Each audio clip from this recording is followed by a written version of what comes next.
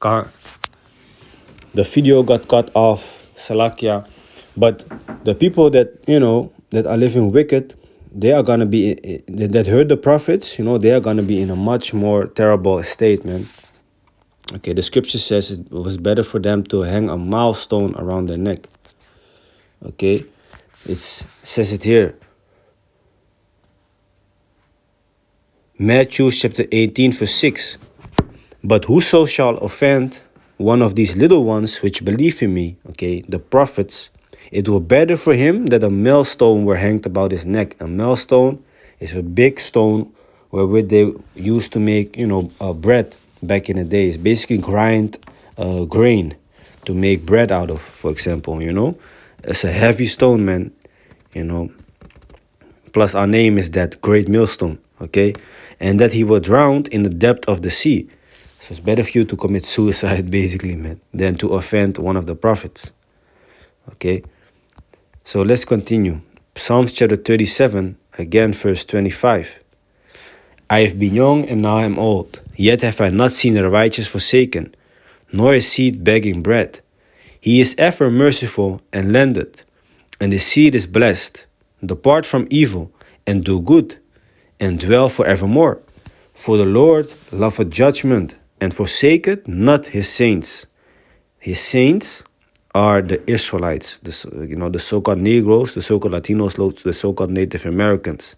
And ultimately, he will not forsake all of Israel, because all of the Israelites 100% will be in a good estate, and will be wealthy and will keep the laws, statutes, and commandments 100%, will be immortal in the kingdom of heaven, which will be upon this planet Earth. But right now, before the kingdom comes, only the elect, basically the ones that live righteous, are not going to be forsaken. It says, they are preserved forever, but the seed of the wicked shall be cut off. So that means the heathen, but that means also the wicked Israelites. The righteous shall inherit the land and dwell therein forever. And which land is that? That is the land of Israel. Okay? The mouth of the righteous speaketh wisdom, and his tongue talketh of judgment. Okay, so the righteous are busy with the knowledge, with wisdom, with understanding, and with judgment. Okay? The law of his God, basically the law of his power, is in his heart. None of his steps shall slide. So we are constantly busy. The righteous are constantly busy with the law, with keeping the way that the Most High wants it. When you, for example, go to the store and buy some food, you try to check what is in the food, that you don't eat all of a sudden pork or shrimp or lobster, which are unclean animals, which you cannot eat according to the law of the Most High. Okay, when you, for example, go to the barber and you cut your hair, you want to make sure that he doesn't line up your beard or line up your hair or make your hair bald and things like that. Okay, when you have friends that have tattoos and you really want to have a tattoo, also you be like, no, the law says, you cannot do that. So we are, everywhere we go, we are busy with the law, trying to please the Most High, because it's very important for us. Okay, it's very important for us. But these other people from the world, they be like, whatever, I'll die when I die, you only live once, things like that. Let me see. Verse 32, the wicked watcheth the righteous and seeketh to slay him. Okay, so the wicked, mainly, who's the main wicked person, the main wicked nation? These Edomites, these so-called white people. What do they do with their power that they have right now? Okay, because they are ruling the world. If you don't see that, then something is wrong with you. Or you might have never been exposed to the truth, which I don't really believe is possible right now with all this information out here. Anyway, to give some examples, they put fluoride in your water, which is bad for you. They put poison in the food. They put all types of crazy animals and crazy insects in your food. They put all types of crazy chemicals and things in the food to numb you down. They put certain frequencies in the air to fuck with your mind. Okay, They, for example, say that the woman has now an high position and can be equal as men to fuck up the households. They do all these things, man, to mess you up. Okay, a lot of shit they be doing, and a lot of things they gotta be punished for, man. It's really a lot of things they gotta be punished for, man. Verse 33.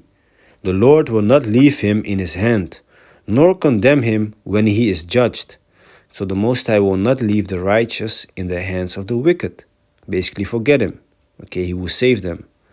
Wait on the Lord and keep his way, and he shall exalt thee to inherit the land. When the wicked are cut off, thou shalt see it. So we will inherit the land, which is the land of Israel. And of course, like we read earlier, the earth is going to be ours, and also the galaxy, okay, because that is also of the Most High Yahweh, and it's given to Yahushai, and we are joint heirs with Yahushai, like in the book of Romans.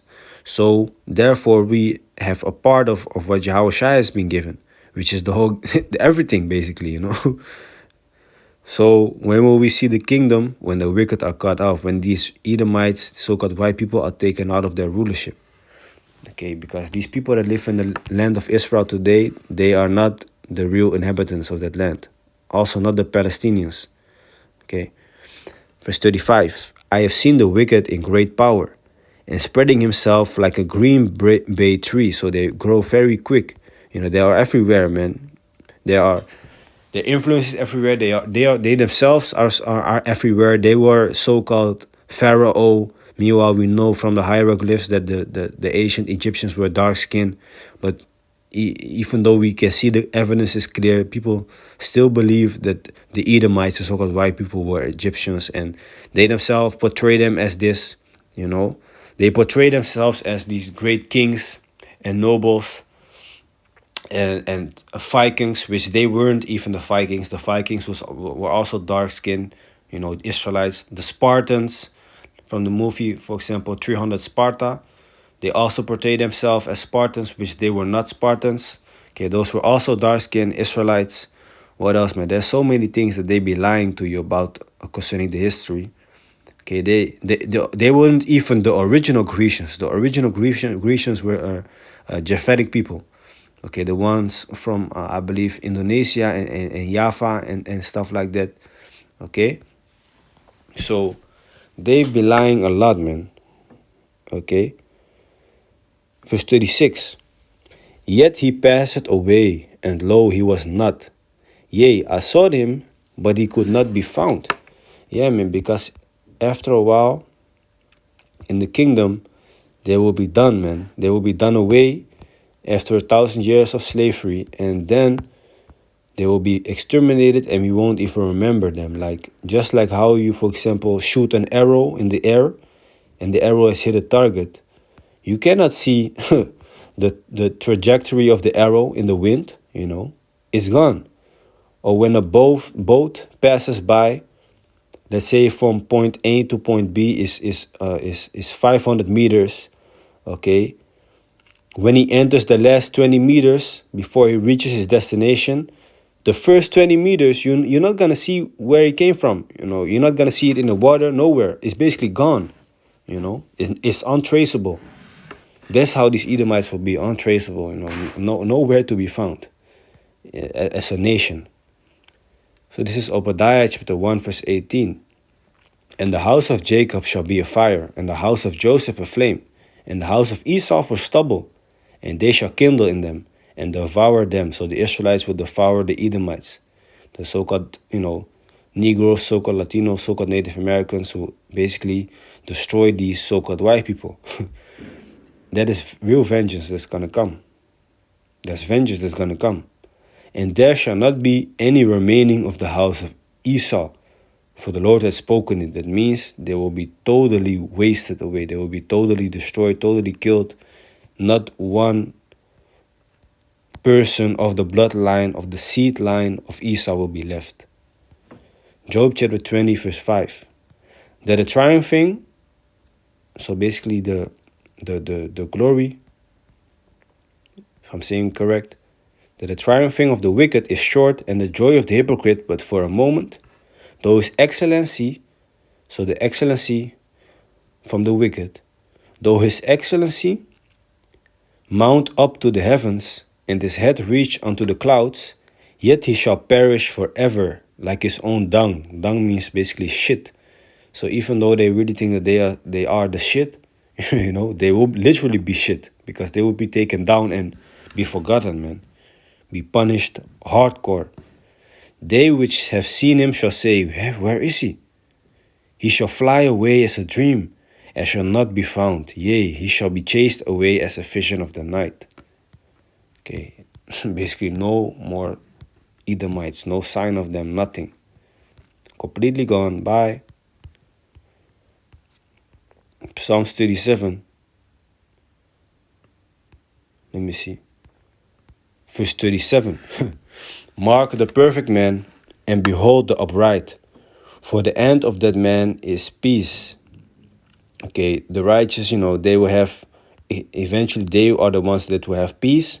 The righteous are the ones that will be exempted from the judgments which will come. The nuclear fire in World War III.